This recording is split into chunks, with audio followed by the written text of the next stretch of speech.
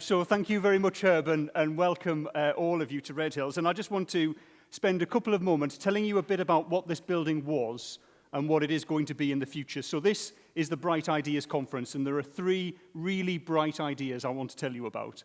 So the first of all was the bright idea of some of the guys that you can see round the walls behind me, who in the middle of the 19th century set up a trade union in order to break an act of slavery. The trade union was illegal, the act of slavery wasn't, but they still managed to break it. And as you walk out of this room, you'll see a banner at the back there from a man called Robertson, who was a lawyer who worked with the trade union officials here in order to break this act of slavery. But they didn't stop there. Having achieved that great victory, they had a next great idea, which was to build this place, a palace of democracy and of power, where every single seat in here represents one of the settlements in County Durham, where representatives from those villages, some of them my own relatives over the years, came here to debate and decide the future of the miners, but also of the mining communities. And then their third great idea was not to limit their thinking to simply their world of work, their world underground, but also to take into account their world above ground as well. And so there's a great example of this during the miners' strike, during the general strike in 1926, when the Durham Miners Association was organising in villages around County Durham, creating recreational fields, healthcare, aged miners' homes, sports facilities, cultural programmes. There was a great depression amongst the miners. A lot of miners were losing their jobs, and so the executive of the miners, the men in the offices upstairs, stood on this stage and said to their representatives, "Many of you are in hardship. Many of you have lost your jobs.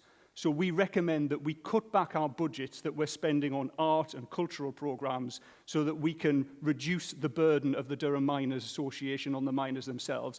And that resolution was voted down because the representatives sat in here knew at that time of crisis, at that time when people were unemployed, what they needed in their lives as much as anything was the art, the culture, the social and the recreational programs that this Miners Association provided. So that was the past, but what about the future? Well, we've got a really big idea for the future of Redhills. We're investing £7.5 million in refurbishing this facility and then bringing it back to the people of County Durham. It's a great gift by the Durham Miners Association to do that, and it will be a place of ideas in the future as well. So you've heard from Herb. My day job as an engineer is about innovation and technology. I lead an innovation institute looking at climate change, the digital revolution. But we're technologists, and what we neglect is the impact on people, a just transition for people as we move to a decarbonised economy, how we can adapt people's jobs and work through the fourth industrial revolution. And those are the ideas that we'll be discussing here with original social science research. And at the same time, we'll be telling the story of the Durham miners, and we'll be celebrating the unique working class culture of the people of County Durham as well. So I hope that you all feel as though you've found the right place for the Bright Ideas Conference. I think it is your home. Hopefully it will be your home in the future. And I'd just like to say that you're all very welcome here as well. So thank you. Thank you,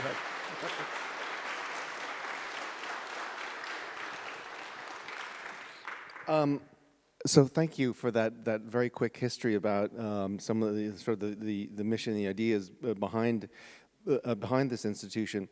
What got you involved? Because you're a Cambridge grad. You're for people who look into your career, they'll realize you're doing a lot here locally, but also so what got you involved in this? Yeah, so it is a very personal story.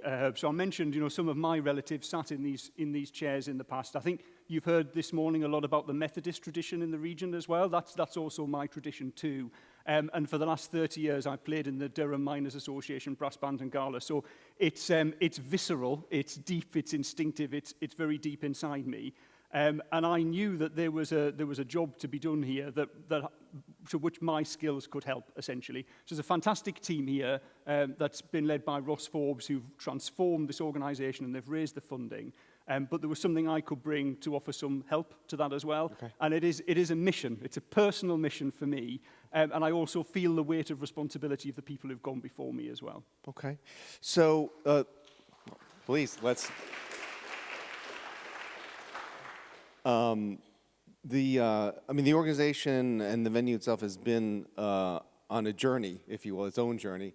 And obviously, I guess it's about to begin a 7.2 million or something like that restoration. So going forward into the future, 5, 10, whatever convenient sort of future point you'd like to stop at, how do you think it's, other than being, I suppose, a restored building? I know the plans are bigger than just having a nicer building. How would you like to see its, this institution, this venue's role going forward? Well, look, I've talked a bit about some of the activities that will happen here, and I'm sure we'll have a lot of kind of conferences and events and so on as well. But one of the reasons I got involved and one of the things I'm keen to do is to give the people of County Durham, particularly young people, an opportunity to realise what can be created by their own endeavours. So there are some really inspirational stories here of leaders from County Durham. There's one on the wall up there, Peter Lee, who chaired this association and the County Council at the same time. But what we do have with throughout the county are low aspirations from people who don't realise how much they can achieve. And I want this organisation to raise those aspirations and to be a breeding ground for future national leaders, never mind regional and local leaders. And if we do that, and we can do that, and we will do that in the next 10 years, then that's how I'll measure success. Great. Chris, thank you so much. Thank you. Cheers. Yeah, Thank you. Cheers. Thank you. Thank you.